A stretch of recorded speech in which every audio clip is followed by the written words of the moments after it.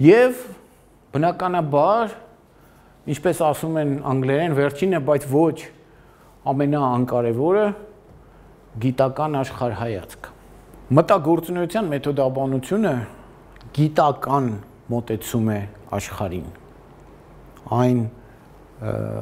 մոգական, միստիկ, իռացիոնալ մոտեցումներ չի հանդուրժում։ Այն գիտական մոտեցում է, բայց այդ գիտական մոտեցումը, հասկացությունը նույնպես խնդրարված է, այնպես չէ, որովհետև ավանդաբար գիտական մոտեցում ասելով առաջնային հանգամանքներից մեկը համարում են այն, որ իհարկե գլխավորներից են, որ գոյություն ունի ճշմարտություն, գոյություն ունի իրականություն, գուցե ճշմարտությունը վերջնական անհաս է, բայց ճշմարտության կան աստիճաններ, հա, որ դու կարող ես մոտենալ, եւ կան ինչ-որ առօրեական ճշմարտություններ եւ կան բնության օրենքներ, որոնք ճշմարիտ են, որոնք անընդհատ հաստատվում են, որոնք գործում են եւ այլն եւ այլն։ Առանց այդ միստիկ ինչ-որ աուրաների, հա, ֆլորի եւ այլն, բայց իր մի մեկ այլ կարևորագույն դրույթը եղել է, որ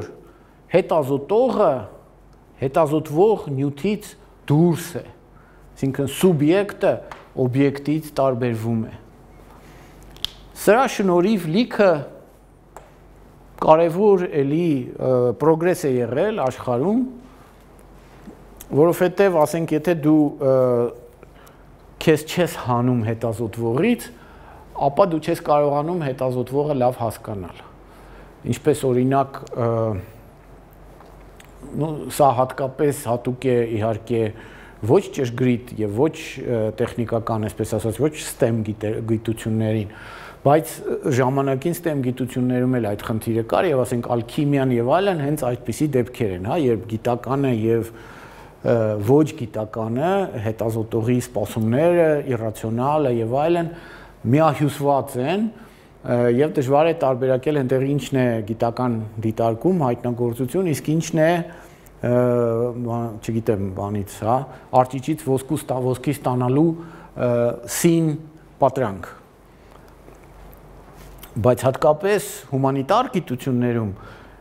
հետազոտողին հետազոտվողից տարաբաժանելը մեծ խնդիր է եւ այդ է պատճառը, որ մեթոդաբանությունները հատկապես կարեւոր են դառնում հումանիտար գիտություններում, որպեսզի ապացուցեն, որ սա օբյեկտիվ մոտեցում է հետազոտվող առարկային։ Ասենք, եթե վերցնենք լեզվաբանությունը, Ֆերդինանդ դե Սոսյուրը լեզվին վերաբերում էր որպես ինչ-որ պոետիկ, միստիկ երևույթի։ Եվ հոյակապ, կներեք, ասում եմ Ֆերդինանդ դե Սոսյուրը, ճիշտ հակառակը, Վիլհելմ Հումբոլտը։ Եվ հոյակապ դիտարկումներ ունի, հոյակապ մոտեցումներ է դրսևորել դեպի լեզուն, հոյակապ դիտարկումներ արել, բայց քանի որ նրա մեթոդը այդ ուրեմն ռացիոնալ օբյեկտիվիստական չէր, նա լինելով խոշորագույն մտածող չի դարձել ժամանակակից լեզվաբանության, այսպես ասած, ծնողը։ Իսկ Ֆերդինանդ դե Սոսյուրը, որը հրաժարվել է այդ բոլոր, հա, պոետիկ, մետաֆորիկ մոտեցումներից եւ շատ օբյեկտիվիստորեն փորձել է գտնել լեզվաբանություն գիտության առարկան, դարձել է ժամանակակից լեզվաբանության ծնողը։ Բայց հիմա խնդիրն ինչն է, որ ճիշտ ինչպես որ մասնիկ ալիք տեսության մեջ խնդիր կա, որ մարդու հայացքից է կախված քվանտային ֆիզիկայում, թե որտեղ կգնա մասնիկը։ Նույն կերպ էլ այս սուբյեկտ-օբյեկտ մոտեցումը խնդրարվում է գիտությունների մեջ անընդհատ, ներառյալ նաև STEM ճշգրիտ գիտությունների մեջ, անընդհատ քննարկվում է, որքանով է այն ռեալիստական, որքանով է հնարավոր։ Եվ այստեղ պետք է մոտեցում, որը կարելի է անվանել փիլիսոփայական մոտեցում, բայց մենք չենք ուզում, որովհետև դա նույնպես ծեծված բառ է, ճիշտ ինչպես որ միտք բառն է ծեծված բառ, ճիշտ այդպես էլ փիլիսոփայություն բառն է ծեծված բառ, մտագործունեություն բառը թարմ է, եւ մտագործունեական մոտեցումը, մտագործունեական մեթոդը ավելի, այսպես ասած, առանց ինչ-որ կամ տհաճություն առաջացնելու, որովհետև ծեծված բառեր, կամ իր մեջ հավակնություն ունենալու, որովհետև միտք կամ փիլիսոփայություն բառերի մասին է, հա, ավելի մեծ հնարավորություններ ունի ինչ որ բան բացատրելու, չունենալով այդ հավակնությունները եւ այդ հոգնած շլեյֆը իր հետևից տարբեր մեկնաբանությունների։ Խնդիրը այն է, որպեսզի սա միավորվի։ Եվ կարելի է ասել, որ մտագործունեության մեթոդաբանությունը սա միավորում է։ Հիմա երևի ժամանակ չի լինի շատ երկար քննարկելու թե ինչու եւ ինչպես, բայց կարճ ասած, մտագործունեության մեթոդաբանությունը ասում է, մենք սկսում ենք ինչ որ բան է հետազոտել, ճիշտ ինչպես ցանկացած գիտություն, այստեղ եւ հիմա պրոյեկտային պարադիգմի մեջ, այսինքն հետազոտական պրոյեկտ ենք ստեղծում իր մեթոդով, հաշվարկված իր հնարավորություններ, ռեսուրսներով եւ այլն, օգտագործելով սխեմատիկ մոտեցումը, կոլեկտիվ քննարկումը եւ ռեֆլեքսիվ դիրքերը։ Եվ եթե ասենք ժամանակակից գիտությունը հաճախ փորձում է բավարարվել միջին տեսությամբ, այսինքն մեծ տեսությունը կլիներ, որ Աստված գոյություն ունի կամ որ Աստված գոյություն չունի։ Փոքր տեսությունը ինչ որ կոնկրետ հետազոտություն է, իսկ միջին տեսությունը, ասենք միջազգային հարաբերությունների մեջ ռեալիզմը կամ իդեալիզմը միջազգային հարաբերությունների մեջ, ոչ թե ընդհանրապես, հա, ընդհանրապես իդեալիզմը մեծ տեսություն կլիներ։ Այսինքն ասում են, եկեք մենք չխոսենք վերջնական հարցերի մասին, կա արդյոք վերջնական ճշմարտություն, թե ոչ,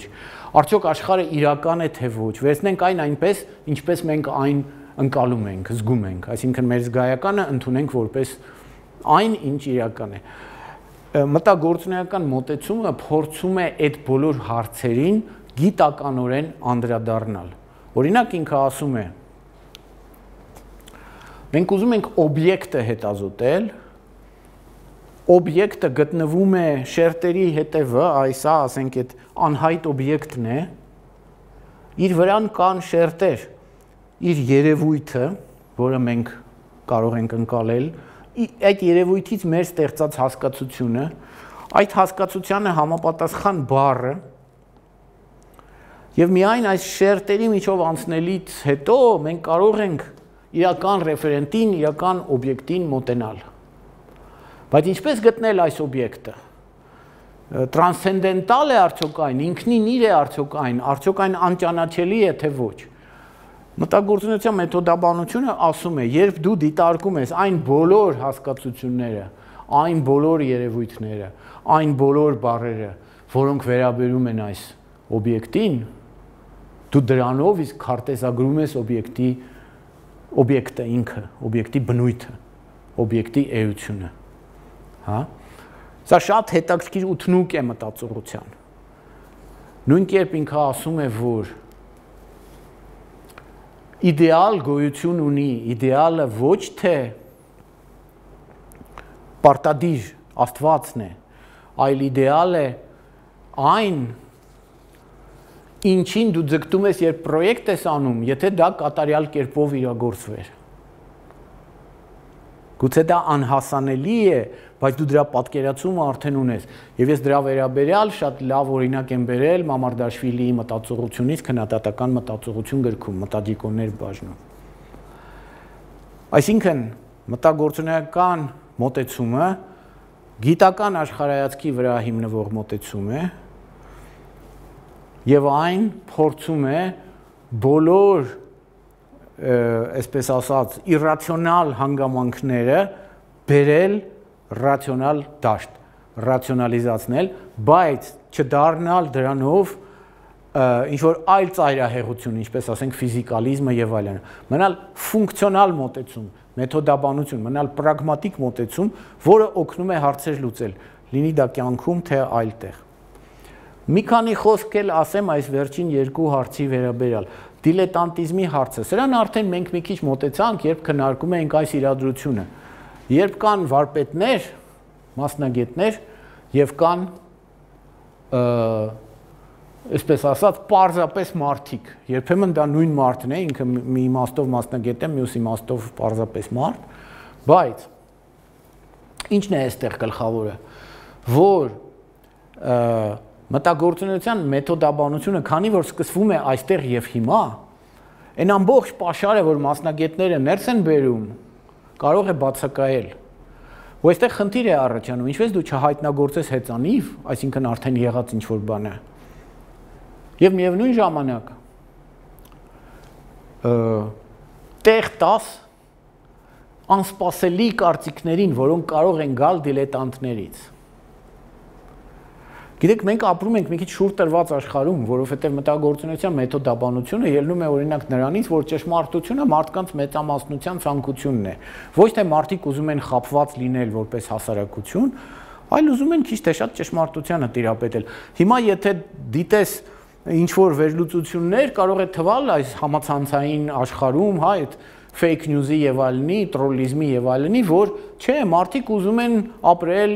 սուտի աշխարհում, կեղծ գիտակցության պայմաններում, բայց էլի դրանով էլ է սա գիտական աշխարհ հայացք եւ ռացիոնալիստական մոտեցում, հա, որ ինքը օգտագործում է, ասենք, այդ պոստմոդեռնիզմի այդ հասկացությունները, կեղծ գիտակցություն եւ այլն, բայց ինքը համարում է, որ ճշմարտություն կա, թեկուզ եւ ինքը abstract իդեալական ճշմարտությունը չէ, այլ կոնկրետ իրականությունը, այն ինչ տեղի է ունենում։ Նույն կերպ էլ այս դեպքում ինքը չի համարում, որ եթե դիլետանտին բերես այս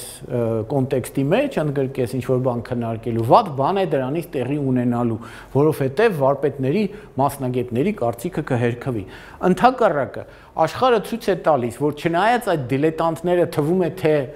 հազար ու մի փիս ու ապուշ ու սխալ բան են ասում, բայց ինչից է դա գալիս։ Ուրեմն վարպետները, մասնագետները իրենց թունելային մտածողության մեջ, իրենց ավանդական մեթոդների մեջ չկարողացան տակից դուրս գալ։ Այսինքն, եթե fake news-ը կրում է, հա, հաղթում է նորմալ տեղեկատվությանը, նշանակում է նորմալ տեղեկատվության ջատագովները եւ առաջատարները հասել են անհաջողության։ Այդ նույն դեպքը ես ասում եմ, երբ ասում են խորհրդային միության ժամանակ կրթական համակարգը լավն էր։ Ես ասում եմ, եթե լավը լիներ, խորհրդային միությունը չէր փլվի։ Հիմա, եթե տեղեկատվական համակարգերը աշխարհում ճիշտ ձևակերպված լինեին, այնպիսի իրադրություն չէր ստեղծվի, որ թվա թե հիմա աշխարհի մարդկանց բոլորի ուղեղները քշելու են եւ բոլորին համոզեն սուտի ու կեղծիքի մեջ։ Ուրեմն մի բան սխալ էր դրված հենց այն հիմքային հանգամանքներում, հա։ Եվ այդ տեսակետից ելնելով ոչ մի վատ բան չկա, եթե քո մասնագիտական թունելային մոտեցումը գալիս է եւ մի նորմալ մարդ իր կարծիքը ասելով մարտահրավեր է նետում դրան։ Իհարկե դա կարող է ինչ-որ ապուշ կարծիք լինել, բայց հենց այդ է հարցը, որ եթե ստեղծում ես մտագործունեական իրադրություն եւ մարդկանց բացատրում ես ռեֆլեքսիվ դիրքը ինչ է, քիչ է պատահում, որ դա լինի ապուշ հարց, այսինքն ապուշ հարց կամ ապուշ մոտեցում ցուցաբերողը շատ հաճախ դրանք հենց այսպես կոչված մասնագետներն են, որոնք կոլեկտիվ խմբերով դուրս են մղվում մտագործունեությունից եւ ընդհանրապես գործունեությունից եւ հասարակական հեղինակություն ունենալուց, հա, որովհետեւ սուտ գիտություն էին զարգացնում։ Եվ դա շատ կարևոր է հասկանալ։ Ստեղծագործունեություն։ Սրա վերաբերյալ նույնպես ես ունեմ մի շարք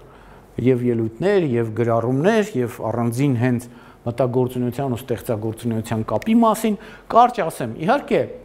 թվում է թե պրոյեկտը շատ պրագմատիկ բան է, իսկ ստեղծագործունեությունը ոչ այդքան պրագմատիկ, բայց իրենք միավորվում են, ասենք, այսօրվա աշխարհում այդ շուկայականության մեջ, հա, պիտի ստեղծագործունեական պրոյեկտ անես, որը, այսպես ասած, վաճառվի եւ այլն եւ այլն։ Բայց չէ, միայն դա չէ։ Հարցն այն է, որ ամբողջ մտագործունեությունը նույնպես ունի ստեղծագործունեության անխուսափելի պահ։ Միայն թե դա պիտի ռեգիստրացվի եւ օգտագործվի եւ դուրս հանվի ստեղծագործունեության այդ պահը։ Ինքնին իրարից հեռու բաները իրար բերելը եւ դրանց մեջ իմաստ գտնելը արդեն ստեղծագործունեության առաջին պրոտոքայլն է, այսպես ասած։ Հետո եթե այդ իմաստը օգտագործելի է դառնում կոլեկտիվի համար, դա ստեղծագործունեության ամրապնդումն է, հա։ Եվ այդ իրարից հեռու բաները իրար բերելը հենց հոյակապ ձև է մտագործունեական իրադրության մեջ ինչ որ գործը առաջ տանելու։ Դու իրարից հեռու են սուբյեկտը եւ օբյեկտը, դու իրանց իրար ես բերում։ Դու ասում ես, որ սուբյեկտների, կարծիքների եւ մոտեցումների հանրագումարը այս սիմֆոնիան է, հա, որ քեզ տալու է օբյեկտի որոշակի մոդելը այստեղ եւ հիմա պրագմատիկ նպատակներիդ համար, ոչ վերջնական մոդելը, բայց որոշակի մոդելը։ Սա է մոտեցումը։ Դրանք բոլորը տարբեր, բավական իրարից հեռու մոտեցումներ ունեն, բայց որ միավորվում են, հետաքրքիր է ստացվում։ Հիմա ես չեմ ուզում շատ օրինակներ փնտրել, բայց ասենք, չգիտեմ, իրարից բավական հեռու գտնվող երկու բան միավորելը այդքան էլ հեշտ չի, որտեղ շատ հեշտ է այդ կապերը գտնելը իրար հետ միավորվող, հա, մեկից մյուսին տանող բաների, բայց ասենք, չգիտեմ, սեղանը որպես սեղան եւ սեղանը որպես երկրաչափական երևույթ, փորձեք միավորել։ Մենք ընդհանրապես այդպիսի խաղեր ենք անցկացնում, երբ առաջարկում ենք իրարից հեռու բաները իրար միավորել, դուք էլ փորձեք։ Հենց որ սկսվում է իրարից հեռու բաների միավորումը եւ դա ինչ որ իմաստ է սկսում ձեռք բերել, սկսվում է ստեղծագործունեական խաղը։ Այն կարող է լինել պարզապես խաղի համար, կարող է լինել երազանքային, բայց կարող է շատ կարեւոր պահ լինել պրոյեկտի մեջ, որովհետեւ հենց որ դու սկսում ես մտածել ինչ է պակասում, որ այս պրոյեկտը ավելի լավ իրագործվի, դու սկսում ես կոնտեքստի մեջ բերել բաներ, որոնք թվում է թե մինչ այդ քո նախնական կոնտեքստի մեջ չկային, այ քո նախնական կոնտեքստը այսքան էր, իսկ հիմա այն դառնում է այսքան այն ընդլայնվում է եւ իր մեջ առաջանում են բաներ, որոնք հարստացնում են այս հասկացությունը։ Ճիշտ ինչպես որ մտագործունեությունը ռեֆլեքսիվ չափումը մեջ բերելով մտքի մասին քննարկումների մեջ հարստացնում է այս ուրեմն հա միտք հասկանալը, թե ինչ է միտքը։ Այսքանից հետո ես ուզում եմ նաև առաջարկել, էլի մենք նույնիսկ սխեմատիկ կերպով դա ունենք ինչ-որ պահի քննարկած պատկերած jam session-ում, որը հենց կոչվում է մտագործունեություն, մաս առաջի, մաս երկրորդ, մաս երկրորդում է դա։ Մտագործունեության այն սխեմատիկ պատկերը, որը առաջարկել է Գեորգի Շչեդրովիցկին։ Իհարկե ես դա կանեմ իմ ձևի, որովհետև նա այսպես կոշտ անկյուններով սխեմաներ է սովորաբար օգտագործել, ես գերադասում եմ փափուկ, հա, փափուկ անկյուններով սխեմաները։ Ինչ է ասում նա, երբ փորձում է ընդհանրացնել ինչ է մտագործունեությունը։ Նա ասում է, գոյություն ունի 3 դաշտ։ Ներքևում դնենք պայմանական ներքևում միտք գործողություն դաշտը։ Պայմանական միջին մասում դնենք միտք խոսք դաշտը։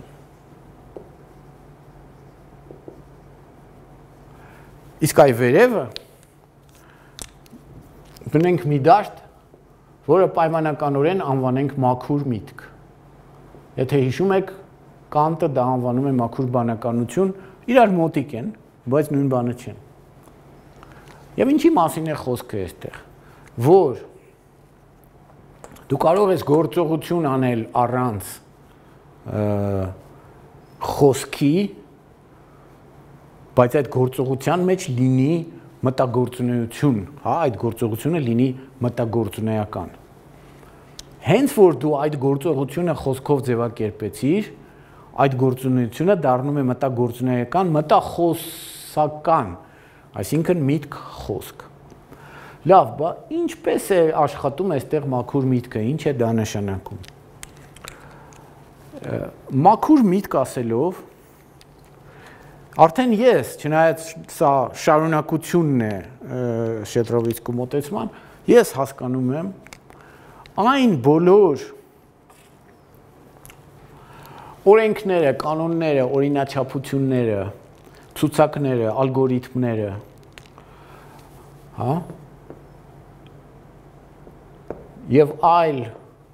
պարադիգմաները, համակարգային եւ հարացույցային երևույթները, որոնք մարդկությունը արդեն արտադրել է եւ որոնք տվյալ կոմունիկատիվ իրադրության մեջ, հա, տվյալ այստեղ եւ հիմայում մտագործունեական իրադրության մեջ անդամները մտագործունեական իրադրության իրենց ակտուալ հիշողության մեջ պարունակում են կամ գուցե ոչ ակտուալ, բայց հեշտ ակտուալացող մասում իրենց հիշողության։ Հիշենք մեմի մասին մեր մտագործունեական էլի ելույթը, հա։ Այսինքն այս խոսքի, այս քննարկումների, այստեղ են մարդիկ են, չէ՞, իրանք այստեղ քննարկում են իրար հետ։ Այս քննարկումների, այս կոմունիկացիայի, այս խոսակցությունների իրադրության մեջ առաջանում է նյութ, որը պիտի որոշակի զտում անցնի, որոշակի ցանցով անցնի, եւ այդ ցանցը, այս բոլոր օրենքները, պարադիգմերը եւ այլն դրանք են։ Նրանց մեջ կան եւ սխալ կամ հավանական իրադրություններ, հա, օրինաչափությունը օրենքը չէ, բայց ամեն դեպքում այնքան շատ կարևոր ու հրամայական ու առաջնային են օրինաչափական պահերը մեր վարքում, մեր կյանքում, որ մտագործունեությունը իմաստալի է դառնում այն դեպքում, երբ այս ամբողջ շրջանակի միջով անցնում է այն։ Միտք գործը ձևակերպվում է որպես միտք խոսք, միտք խոսքը անցնում է մաքուր մտքի տիրույթով եւ ռեֆլեքսիայի շնորհիվ մարդը հասկանում է, որ գուցե դուրս բերեց օրենք օրինաչափություն։ Գուցե այս քննարկումը համապատասխանում էր օրենքի օրինաչափությանը։ Գուցե այն խախտում էր օրենք օրինաչափություն։ Գուցե այս գործողությունը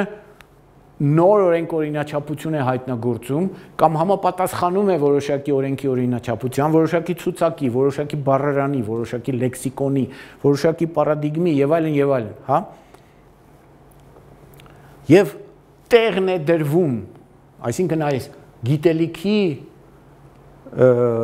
բանի մեջ, հա, հարստացում է տեղի ունենում այս գիտելիքի տուփիկի մեջ, որը մաքուր միտքն է կարելի ասել, հարստացում է տեղի ունենում։ Այդ հարստացումն է, որ մտագործունեության գլխավոր նպատակն է։ Հիմա այս սխեման շատ ու շատ է քննարկվում եւ ամենատարբեր ձևերով եւ այն ինչպես ես այն պատկերեցի, գուցե շատերը, որոնք այս սխեման իրենք սիրում են իր առաջնային տարբերակով, սկզբունքորեն չհամաձայնեն, չէ, թե չեմ կարծում, թե մտածող մարդ լինի, որ սկզբունքորեն չհամաձայնի, իհարկե ինչ է այստեղ տեղի ունենում։ Եթե մենք ասում ենք, որ մտագործունեությունը իր այս մեթոդով, այս կոնտեքստի ընդլայնման մեթոդով պատկերացնելով հնարավոր բոլոր մոտեցումները անցյալի, ներկայի եւ ապագայի այս կամ այն օբյեկտի նկատմամբ իր կերևներից դուրս սկսում է օբյեկտի կարևոր հատկանիշները նշмарել, կարևոր առանձնահատկությունները եւ տեսնում է, սկսում է տեսնել օբյեկտը, թեև ինքնին իրը հնարավոր չի տեսնել, բայց օբյեկտը մեզ համար հնարավոր է, սա միասնականացման մոտեցում է։ Դրա համար մտագործունեությունը միշտ շատ հարցական է վերաբերվում անալիտիկ մոտեցմանը, չուզենալով ստեղծել հավելյալ նիհար աբստրակցիաներ։ Բայց այստեղ մենք հենց տեսնում ենք անալիտիկ մոտեցում, այս բաժանումը միտք գործի եւ միտք խոսքի շատ պայմանական անալիտիկ է։ Երբ որ այդ երկուսի արդեն, այսպես ասած, հոսքը լցվում է մաքուր մտքի տիրույթ, այստեղ է պարադիգմատիկ իրադարձություն տեղի ունենում։ Այսինքն դու նայում ես, ահա եկավ այսինչ տանձը, հա, այս մեր տանձը վերադառնանք տանձին։ Համապատասխանում է արդյոք այս տանձը եղած տանձի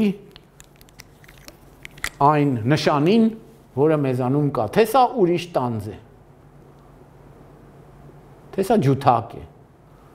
հա, այդ հարցն է տեղի ունենում, այսինքն անցավ այս զտիչով, անցավ այս տիրույթով, մնաց, հարստացրեց, հերքվեց,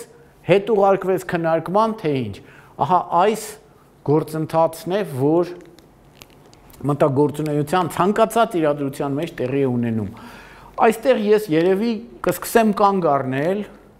Ուզում եմ ասել, որ այս նյութը իհարկե կունենա շատ ու շատ հղումներ, ես բազմիցս նույնիսկ ասում եի, թե որտեղ ինչը պիտի հղվի։ Ուզում եմ ասել նաև կարդացեք քննադատական մտածողություն գիրքը եւ քննարկենք, օգտագործեք, ուզում եմ ասել, որ հիշենք, որ սա պարադիգմ է մտագործունեության մեթոդաբանությունը, ինքը միաժամանակ այն է, ինչ տեղի ունենում առանց այն էլ անգիտակից կերպով, հաճախ ահավաղված, հաճախ սխալ արդյունքով, բայց երբ դու այն գիտակից ես դարձնում, երբ նայում ես սրան, եկեք նայենք սրան, հա, որպես իրադրություն, ռեֆլեքսենք ամբողջի վրա, դարձնենք այն գործիք, դարձնենք այն բարդ մտաջիկոն, օգտագործենք այն որպես բարդ մտաջիկոն մեր կյանքում հարցեր լուծելու համար, մեր գիտության մեջ, մեր սովորելու մեջ, մեր աշխարհում, մեր հասարակության մեջ։ Այն ավելի արդյունավետ է սկսում գործել։ Մի բան է, երբ դու այսպես ասած գույր կատվիկի պես խփվում ես այս ու այստեղ, որպեսզի ճամփեն դուրս բերես, իսկ ճամփան միշտ գնալու է այս միջոցներով։ Ուրիշ բան է, երբ դու արդեն գիտես, որ ճամփան գնալու է այս միջոցներով եւ գիտակցորեն սկսում ես դրանք օգտագործել։ Շնորհակալություն ուշադրության համար։